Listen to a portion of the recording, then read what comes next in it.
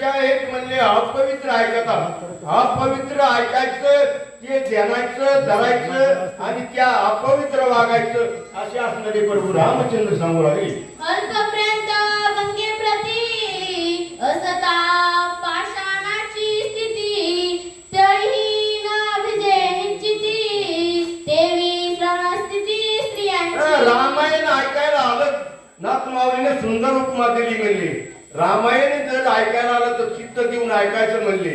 नाही तर म्हणले गंगेमध्ये दगड असतो म्हणले, पाण्यामध्ये दगड असतो, ते कोरडाच असतो म्हणले, त्याच्यामध्ये काही पाणी म्हणलं हिवत नसते. तशा प्रकारची स्थिती झाली म्हणले स्त्रियांची असं सांगू लागली आहे. शौच त्याचे केवी सांगे, मागाचा घट जेवी गंगे, बुडती मानती सर्वांगे, नवे वगे शुद्ध. म्हणले मावळाचा मध असतो म्हणले, पाण्यामध्ये टाकल्यावर काय विरघळून जातो, ते पवित्र होतं का म्हणले.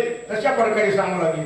भया दाविती आचार, अतरी वासना विचित्र, अनिर्षी कामाचार, वर्ती आकार सैरा विचित्र. भय दाविती आचार म्हणले, अंतरी वासना विचित्र म्हणजे वासनेची अंतरीमध्ये विचित्र वासना ठेवून वागतात अशा प्रकारे सांगू लागले. दयाचा तरी गंध नाही, कठीणाताची ओतली देही, विषया विषाद होता पाही, दसेला लवालाही गंधिसी. त्यावेळेस सांगितलं म्हणले, नाथमाऊलीने सुंदर प्रकारे सांगितलं, रामायणाला जर आलं तर शुद्ध आचार होणं म्हणले, रामायण ऐकायचं अशा प्रकारची म्हणले कथा चालू आहे.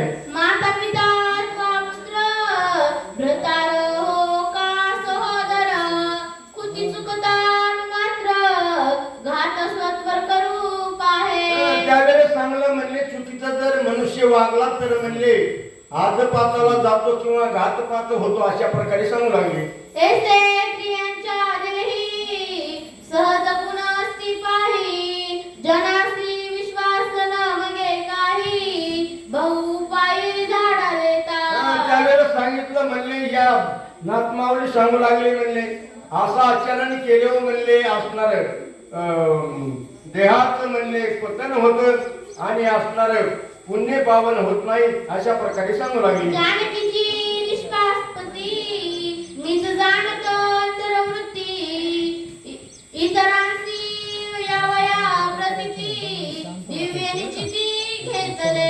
असणारे म्हणले शिकेची पवित्रता असणारे मीच जाणतो म्हणले, कारण का जगाचं निंदे असणार जी आहे ती दोन जाण्याकरता म्हणले मी असणार.